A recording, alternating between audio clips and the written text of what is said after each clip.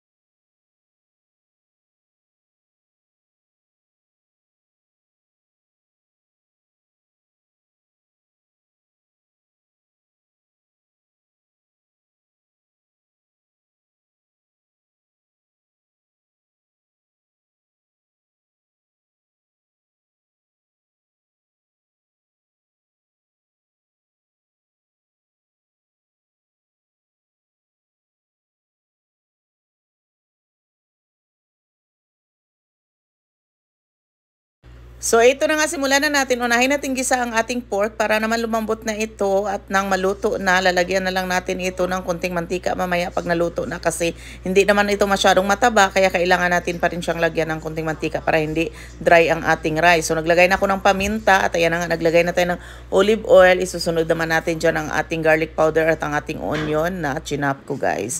Wala akong garlic na buo, kaya yan na lang. At ilagay na rin natin ito para magisa na rin ng konti ang ating rice. Nahugasan ko na yan, guys. Ayan, nagkalat pa ako, di ba?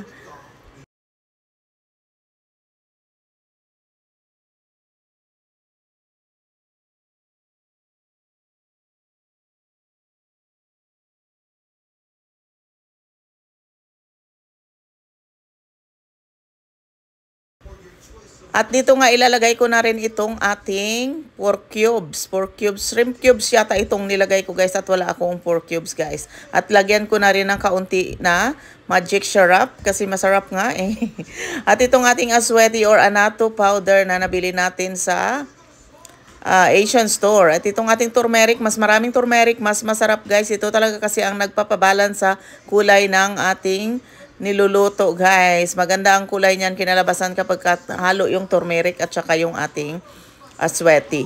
So, ayan na nga ang sausage na ginisa ko dahil nakalimutan ko kanina ang igisa kasama yung pork. Kaya, ayan, sinunod ko na lang. Nilagay ko na rin ang ating tubig. At ayan na nga, guys, hinalo-halo ko lang yan siya, guys. May na lang yung apoy. Kasi kung mabilis kasi madali siyang matuyo. Naglagay na rin ako ng bay leaves. Naglagay na rin ako ng bell pepper na pula para masarap yung lasa.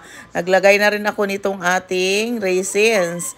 At pagkatapos, ang ilagay naman uli natin dito ay ang ating green peas or ang ating sweet peas. At halu-haluin lang din silang lahat, guys, hanggang sa maghalo nga. Yun na yun.